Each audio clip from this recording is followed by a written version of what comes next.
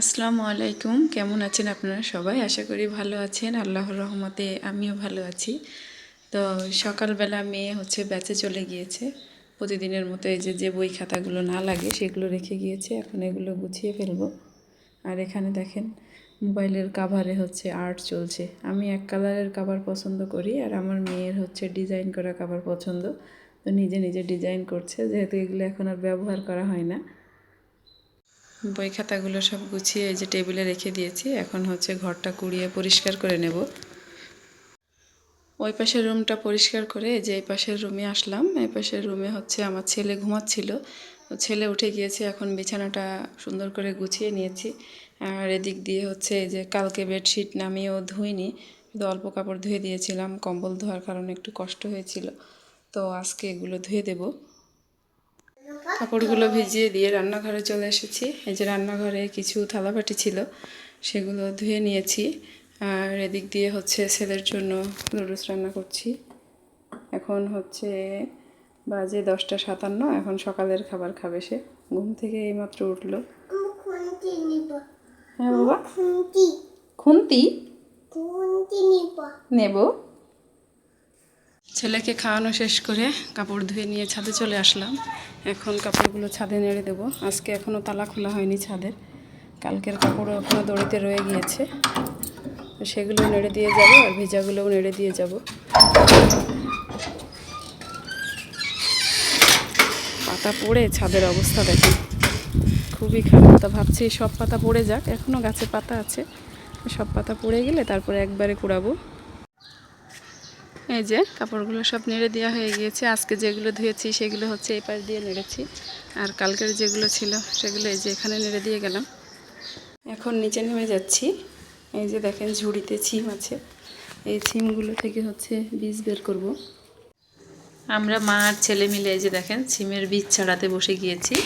আমার ছেলেকে আমি ছিলে ছিলে দিচ্ছি, আর ও বিচি বের করছে। আব্বু কি করছেন? যে দেখেন এভাবে তাকে ছিলে দেওয়া লাগছে, আর সে একটা একটা করে বীজ বের করছে। ভালো আব্বু? যা, শেষ শেষ। আরো আছে, আরো আছে, নেই।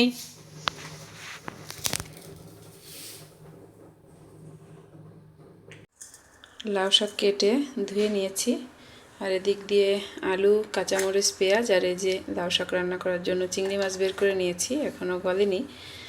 আর আজকে এই যে আলু ভাতে দিয়ে ভাত রান্না করেছি।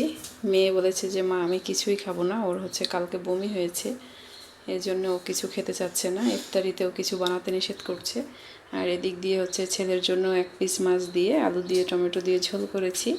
এখন ওকে ভাত খাইয়ে দেব, তারপর বিকালের জন্য লাউ শাক রান্না করব। ছেলেকে খাইয়ে ঘুম পাড়িয়ে দিয়েছি, এখন রান্না করতে চলে আসলাম। তো লাউ শাক রান্না করার জন্য আমি কাঁচামরিচ, পেঁয়াজ আর চিংড়ি মাছ হলুদ লবণ দিয়ে আগে পানি দিয়ে সিদ্ধ করে নিয়েছি। এখন এর ভিতরে আলু দিয়ে দিচ্ছি।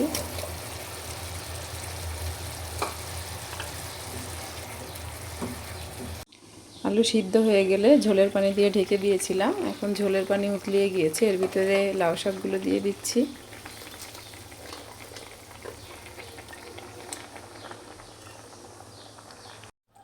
লাউ শাক রান্না করাটা শেষ করে নিয়েছি, আর এখন এদিক দিয়ে সেই সিমের বীজ একটা বক্সে ভরে রাখবো নরমালে রাখার জন্য। তো এখন বক্সে ভরে ফেলছি। এটা ফ্রিজে রেখে দেবো এইভাবে, যেদিন খাবো সেদিন ছিলে তারপর রান্না করব। বিকালবেলা ছাদে আসলাম কাপড়গুলো উঠিয়ে নেওয়ার জন্য। তো এখন কাপড়গুলো উঠিয়ে নিয়ে নিচে চলে যাব। ছাদ থেকে কাপড়গুলো এনে এই যে ভাঁজ করে নিয়েছি, এখন ওয়ার্ড্রোবের ভিতর উঠিয়ে রাখবো। চারিদিকে কোরআন তেলাওয়াত শুরু হয়ে গিয়েছে, একটু পরে ইফতারি। তো আমি ইফতারিগুলো রেডি করে তারপর আমরা ইফতারি করব। তো আজকের মতো ভিডিওটা এই পর্যন্তই। সবাই ভালো থাকবেন। আল্লাহ হাফেজ।